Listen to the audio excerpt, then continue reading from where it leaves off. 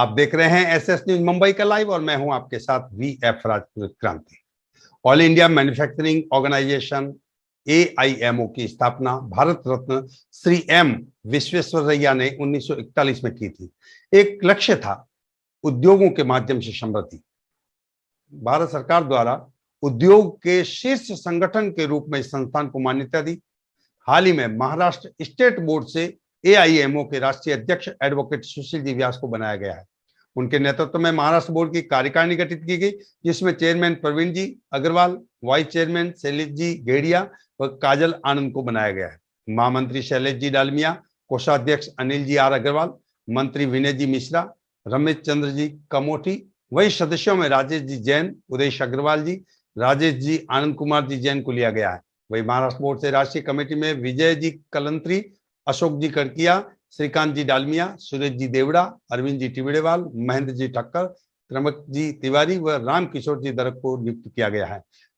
Fort स्थित AIMO office में संस्था पदाधिकारियों एवं प्रतिष्ठित व्यापारियों के बीच राष्ट्रीय अध्यक्ष सुशील जी व्यास का पुष्पगुच्छ एवं साल दुपट्टा देकर सम्मानित किया गया। वहीं महाराष्ट्र इकाई के चेयरमैन प्रवीण जी अग्रवाल का भी स्वागत किया गया। समारोह में विधायक अमीन पटेल जी, बिजनेस के वरिष्ठ संवाददाता अनुराग जी, शुभ समय मीडिया हाउस के विष्णु सिंह क्रांति भी उपस्थित थे। राष्ट्रीय अध्यक्ष सुशील जी व्यास ने मीडिया से औपचारिक बातचीत में व्यापारी समुदाय के लिए अग्रिम पंक्ति में खड़े रहकर लड़ने की बात कही। ऑल इंडिया मैन्युफैक्चर ऑर्गेनाइजेशन 1941 में बनी हुई व्यापारियों की संस्था है और मेरे लिए गौरव का विषय है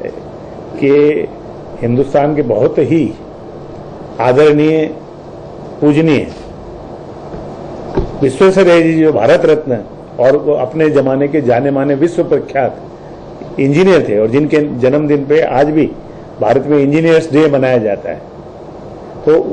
उनके द्वारा बनाई गई संस्था, जो पहले अध्यक्ष वो 13 साल तक रहे, आप देखिए उसमें उनका टेन्योर रहा और उस संस्था को उन्होंने पूरे हिंदुस्तान के लेवल तक फैलाई। ये ऑल इंडिया इसका नाम ही नहीं है, इसकी शाखा बंगाल में है, आसाम में है, कर्नाटक में है, तमिलनाडु में है, दिल्ली में है, यूपी में है, राजस्थान, आज में मुझे पता चला चूंकि वो छत्तीसगढ़ अलग राज्य बन गया, उसके बाद वहाँ किसी ने ध्यान नहीं दिया तो आज वहाँ भी बन गया, तो मध्य इंदौर में है। तो सारी जगह के व्यापारी इकट्ठा होकर के सामूहिक रूप से अपने अपने क्षेत्रों की जो कुछ भी समस्या सरकार तक पहुंचाने का काम, जो किसी को लिंक के रूप में करते हैं, जो आज के जमाने में फिकी जिसका नाम आप लोग कहते हैं, जब ये संस्था बनी शुरुआत में तब फिकी नहीं थी। उस समय AIMO was a prime organisation, जो लिंक थी सरकार और व्यापारी क्षेत्र के बीच में। आज भी AIMO भारत सरकार और विभिन्न राज्य सरकारों के कम से कम 153 बड़ी बड़ी कमेटियों के अंदर अपना रिप्रेजेंटेशन करती है। उदाहरण के तौर पर इस साल भी जो पूरे वर्ल्ड लेबर ऑर्गेनाइजेशन होता है, 187 देश आते हैं, उसमें से 193 टोटल देश है शायद, उसमें से 187 देश आते हैं, भारत से सिर्फ 9 लोग जाते हैं। तो भारत के जो व्यापारियों का प्रतिनिधित्व जो है उसमें लेबर, व्यापारी और मंत्री, इस तरह से टोटल 9, भारत का श्रम मंत्री, ये यूनियंस का रिप्रेजेंटेटिव और जो व्यापारियों की संस्थाओं के, तो उसमें इस साल मुझे मौका मिला जेनेवा में रिप्रेजेंट करने का भारत को। तो ये इस तरह से AIMO कोई छोटी मोटी संस्था नहीं है, AIMO का बहुत बड़ा इतिहास है, बहुत बड़ा गौरवमय इनका कंट्रीब्यूशन है। भारत की जो बिजनेस कम्युनिटी है उसको रिप्रेजेंट करके उनके अधिकारों के लिए लड़ाई लड़ना, उनके अधिकारों का जतन करना, उनकी बात को आगे बढ़ाना, किस तरह से व्यापारी लोगों को हम सुरक्षा प्रदान करें, व्यापारियों को किस तरह से हम आत्मविश्वास बढ़ाने का काम करें, ये काम AIMO का मुख्य रूप से है। MSME सेक्टर इस हिंदुस्तान के अंदर 12.5 करोड़ यूनिट्स हैं, 29 करोड़ उस पर डिपेंड है, डायरेक्ट इनडायरेक्ट। देश की 29 करोड़ जनता जिस सेक्टर पे डिपेंड और वो जो कोविड के चलते बुरी तरह से मार खा गई है, उसको खड़ा करना जरूरी है। तो हम सरकार के सामने किसी भी रूप से, चाहे वो आर्थिक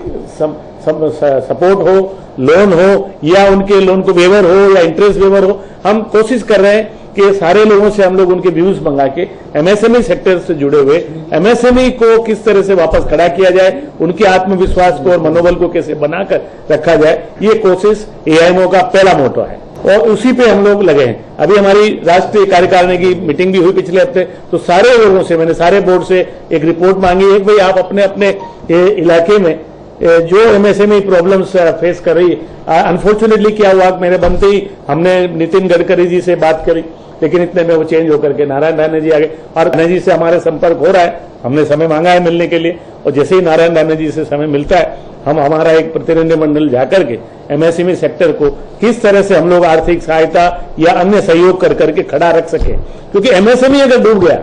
तो हिंदुस्तान की आर्थिक जो रीढ़ की हड्डी है वो डूब जाएगी। आज की तारीख में मध्यम और लघु उद्योग को जिंदा रखना बहुत जरूरी है इस देश के अंदर, और नहीं तो 29 करोड़ जो लोग प्रत्यक्ष अप्रत्यक्ष रूप से इस सेक्टर पे जो आधारित हैं वो खत्म हो जाएगा। 29 करोड़ अगर 100 में 125 करोड़ में से चले जाते हैं जो कमाने वाले हैं, क्योंकि जब मैं बात करता हूं मध्यम और लघु उद्योग के, तो कमाने वाले लोग हैं जो टैक्स पेयर हैं, चाहे छोटे पैमाने पे देते हो सकता है अंबानी और अडानी जितना नहीं देते होंगे, लेकिन टैक्स तो दे रहे हैं। अगर उनको हम तोड़ देंगे, उनका मनोबल गिर जाएगा, अगर वो घर पे बैठ गए, उनकी इंडस्ट्री पे लॉक लग गया, तो इस देश की आर्थिक ढांचे को संभाल के रखना मुश्किल हो जाएगा और चरमरा जाएगा। कोविड किसी के हाथ में नहीं था, लेकिन इस कोविड के चलते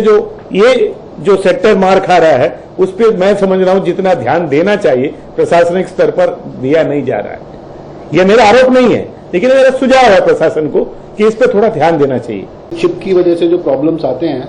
तो उसको बाईपास करना शुरू कर दिया है। जैसे मेरे को मालूम है, पर्सनली मेरे को पता है कि हीरो ने किया ऐसा कि वो जो चिप की वजह से उनको प्रॉब्लम आ रहे थे मैन्युफैक्चरिंग में, उसमें उन्होंने कुछ बदलाव करके वो चिप की जरूरत ना पड़े, क्योंकि चिप चाइना से संबंधित है और चाइना से माल आना आजकल बहुत मुश्किल हो गया है, बहुत ज़्यादा उनका प्रोडक्शन कम हो गया है। तो अब वो लोग कुछ रेमेडी ऐसी निकाल रहे हैं चिप की कि वो बिना चिप के भी थोड़ा कुछ काम यहाँ की चिप बना के कुछ कर सकें। बताओ आपको कि लॉकडाउन कब लगा? 2020 मार्च में, 21 या 22 मार्च को। आप रिकॉर्ड उठा के देख लीजिए, सुशील व्यास सेक्रेटरी AIMO, 25 मार्च को मैंने भारत सरकार को जताया था कि ये जो लॉकडाउन है इसके दूरगामी परिणाम होंगे, और सारे पेपरों में उसमें प्रिंट हुआ है। डालमिया जी हमारे महाराष्ट्र बोर्ड के, इसके पिताजी जो आज हमारे राष्ट्रीय कोषाध्यक्ष हैं, ये हमारे महाराष्ट्र के जनरल सेक्रेटरी हैं शैलेश डालमिया। मैंने और उन्होंने एक संयुक्त बयान दिया था 25 मार्च 2020, लॉकडाउन लगने के 3 दिन बाद, और सारे भारत के बिजनेस पेपर जो हैं उन्होंने उसको कवर किया था कि इस लॉकडाउन के जो जल्दबाजी में लगाया गया है उससे MSME सेक्टर इतने बुरी तरह से प्रभावित होगा जिसका हम लोग अंदाजा नहीं लगा पा रहे, और आज वो चीज यथार्थ में सामने आ रही है। तो हमारा यही था कि आप उनको एक योजनाबद्ध तरीके से, कोई नहीं कह रहा कि हम डिफाई करेंगे, लॉकडाउन ये है, कोविड की बीमारी है, उसमें बिल्कुल जो जितने भी सुरक्षा की दृष्टि से